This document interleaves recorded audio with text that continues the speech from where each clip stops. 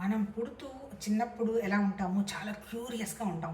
చిన్నపిల్లలు చూడండి, ఒక చోట నుంచి ఒక చోటకి, ఒక చోట నుంచి ఒక చోటకి, ఆ వస్తువని, ఈ వస్తువని, ఆ మనుషులని, ఈ మనుషులని హడావుడిగా వెళ్తుంటారు. కాకపోతే ఏంటి, మనం పెద్దవాళ్ళం అయ్యే కొద్దీ ఏంటి, ఆ క్యూరియాసిటీ నుంచి వండర్‌కి వెళ్ళాలి. అంటే ఏంటి, ఏది చూసినా అద్భుతం కదా! ఈరోజు ఏదో చదివాను, మన భూమి పుట్టి దగ్గర దగ్గర 1300,00,00,000 సంవత్సరాలయిందిట. మరి 1300,00,00,000 సంవత్సరాల్లో మానవ జన్మ సృష్టి మొదలయ్యి దాదాపు ఇప్పుడు ఆఫ్రికాలో అంటే ఏంటి 100,00,00,000 పైన అయిందనమాట. మరి 100,00,00,000 పైన అయిన తర్వాత ఇంకా ఏం చెప్తారు అంటే సృష్టి వాళ్ళు పుట్టడము, ప్రపంచమంతా వాళ్ళు ఉండడము అంతా కలిపేసేసి ఒక 60-70 లక్షల సంవత్సరాలయిందంటున్నాడు.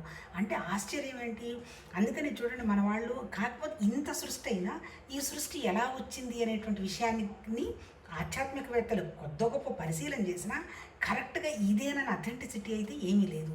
అలానే ఇప్పుడు సైంటిఫిక్‌గా కూడా కృషి చేస్తున్నారు.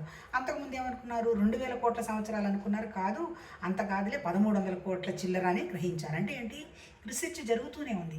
ఎంత ఆశ్చర్యం అబ్బా! అంటే ఏంటి, మన చిన్న భారతదేశం లాంటి దేశాలు దగ్గర దగ్గర 200 దేశాలున్నాయి. 800 కోట్ల మంది ప్రజలున్నారు. మరి 800 కోట్ల ప్రజలు వాళ్ళకి ఒక్కొక్కళ్ళకి ఉన్నదంతా అల్టిమేట్‌గా చెప్పాలంటే మన ఆహారం, నిద్ర, భయం, మైథునం ప్రతి మనిషికి ఒకటే.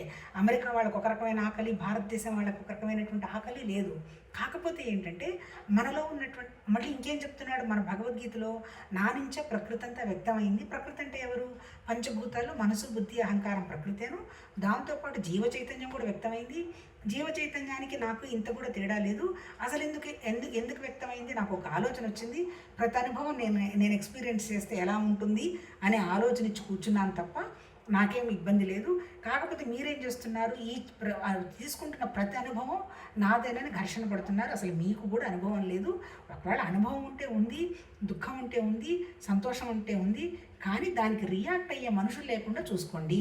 అంటే ఏంటి, ఎక్స్పీరియన్స్ ఉంది, అన్నీ ఉంటాయి, కానీ ఎక్స్పీరియన్సర్ కనుక లేకపోతే టెన్షనే లేదు. అలా నీ జీవన విధానాన్ని రూపొందించుకొని చెప్పడం జరిగిందబ్బా. ఎక్కడ కూడా నామరూపాలు ఉపయోగించలే, రాముడు కృష్ణుడు అని ఉపయోగించలే మన భగవద్గీతలో. భగవాన్ అని అన్నాడు. భగవాన్ ఎవరికి చెప్పాడు? నేనే జీవత్వం అనేటువంటి నరుడికి చెప్పడం జరిగింది. అసలు ఎంత ఆశ్చర్యంగా ఉంది అంటే ఏంటి. తర్వాత ఇంకొక విషయం ఏంటి, ఆ నిరాకారమైన తత్వంలో నుంచి బ్రహ్మ అన్నాడు. బ్రహ్మ అంటే ఎవరు? ఆ బ్రహ్మకి బోలెడు మంది మానసపుత్రులు జన్మించారన్నాడు. మానసపుత్రులు అంటే ఎవరు? ఆయన మనస్సు. మనస్సు అంటే ఏంటి? బ్రహ్మకి చూడండి సింబాలిక్గా పెట్టాడు ఏంటి, 4 తలకాయలు పెట్టాడు. మనసు, బుద్ధి, చిత్తం, అహంకారం పెట్టాడు. సరస్వతీదేవిని పెట్టాడు, జ్ఞానం. అంటే ఏంటి, ఆ జ్ఞానాన్ని మనం డెవలప్ చేసుకుంటే, మన తత్వం తెలిస్తే మన లైఫ్ వండర్ఫుల్ అబ్బా, అంతకంటే ఇంకేం లేదు.